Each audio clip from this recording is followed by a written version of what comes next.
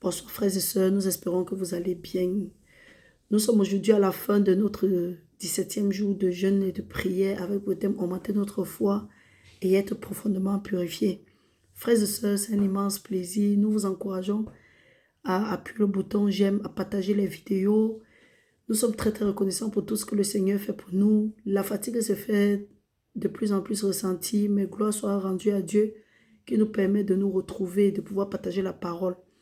Frères et sœurs, beaucoup de courage à tous ceux-là qui ont pris part, qui prennent part, ceux qui entrent nouvellement, ceux qui font seulement de quelques minutes, de quelques heures, ou bien qui ont pris seulement quelques jours. Nous avons vu aujourd'hui qu'il est très important pour nous, en tant qu'enfants de Dieu, de jeûner, parce que le jeûne et la prière, c'est un principe.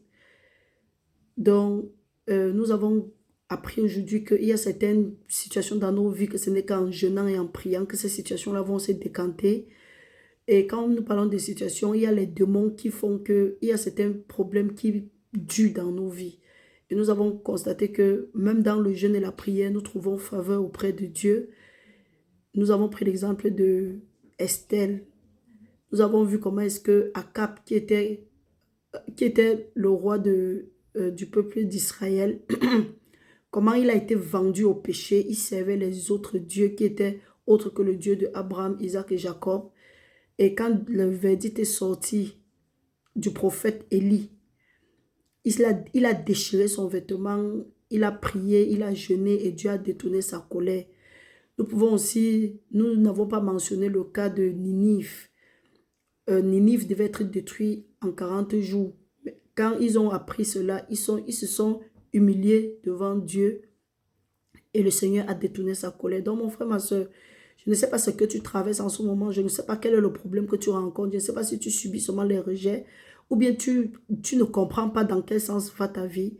Prends seulement un temps de jeûne et de prière et le Seigneur va se révéler.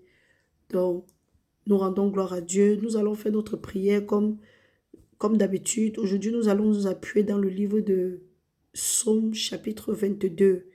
Nous allons lire au nom du Seigneur. Venez en un accord et prions au nom du Seigneur. Nous sommes dans la joie quand on nous dit allons à la maison de l'Éternel. Nos pieds s'arrêtent dans tes portes, Jérusalem. Jérusalem, tu es bâtie comme une ville dont les parties sont liées ensemble. C'est là que montrent les tribus de l'Éternel, selon la loi d'Israël, pour louer le nom de l'Éternel, car là sont les trônes pour la justice, les trônes de la maison de David. Demandez la paix de Jérusalem, que ceux qui t'aiment jouissent du repos, que la paix soit dans tes murs et la tranquillité dans tes palais. À cause de mes frères et de mes amis, je désire la paix pour ton sein. À cause de la maison de l'Éternel, notre Dieu, je fais des vœux pour ton bonheur au nom puissant de Jésus-Christ. Frères et sœurs, c'est la volonté de Dieu que la paix soit dans nos murs et que la tranquillité soit dans nos palais. Le Seigneur va se révéler, c'est le vœu de Dieu pour nous. Donc, nous voyons que ce que Dieu veut pour nous, c'est seulement ce que Dieu veut pour nous et ce que Dieu a pour nous, seulement les projets de paix et de bonheur, non de malheur, pour nous assurer un avenir plein d'espérance. Donc, frères et sœurs, réjouissez-vous pour cette paix et pour ce bonheur, pour cette tranquillité que le Seigneur a pour nous.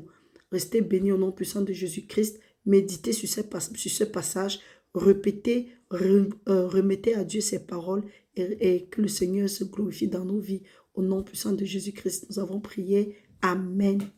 Bonne nuit à vous. Nous nous voyons le matin. Beaucoup de courage.